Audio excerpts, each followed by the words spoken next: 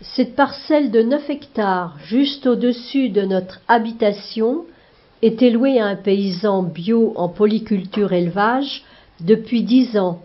Il part à la retraite cette année. Dès septembre, nous reprenons l'ensemble pour le transformer en un verger agroforestier. En plantant 500 mètres de haies champêtres, nous allons recréer le maillage bocager tel qu'il existait il y a 60 ans, avec 7 terrains d'un peu plus d'1 hectare chacun. Jadis, pommiers et poiriers de plein vent se trouvaient dans les haies. Aujourd'hui, le seul vestige est ce grand poirier. Nous allons créer 3 prés-vergers, 3 terrains avec des haies fruitières, un bosquet et 2 mares, pour installer une véritable biodiversité cultivée.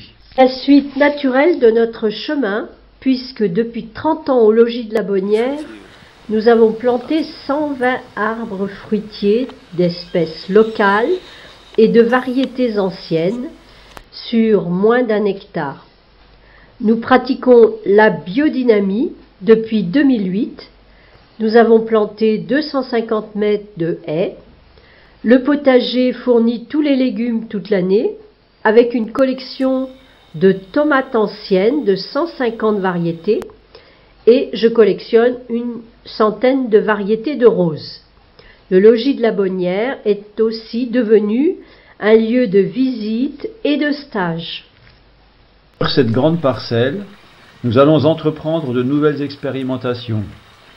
Plantation dans les prés-vergers de variétés anciennes et locales, en lien avec les croqueurs de pommes, et Promet Nouvelle-Aquitaine. Et surtout, 1600 mètres de haies fruitières multi-étagées, sur le modèle mis au point par Evelyne Le Terme au Verger Conservatoire Régional d'Aquitaine, développé dans son livre « La biodiversité, amie du verger ».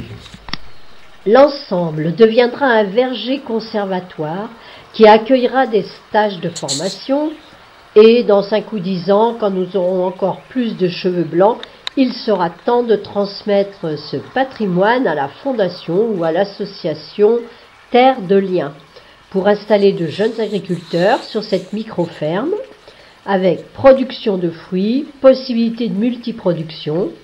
Avec 20 mètres entre les linéaires de plantation, le projet permet la mise en place de cultures diverses, maraîchage, ovin-viande, poules pondeuses, apiculture, céréales pour du pain, etc. La place est à l'imagination. Tout ça pour le développement d'une agriculture paysanne d'avenir portée par les prochaines générations.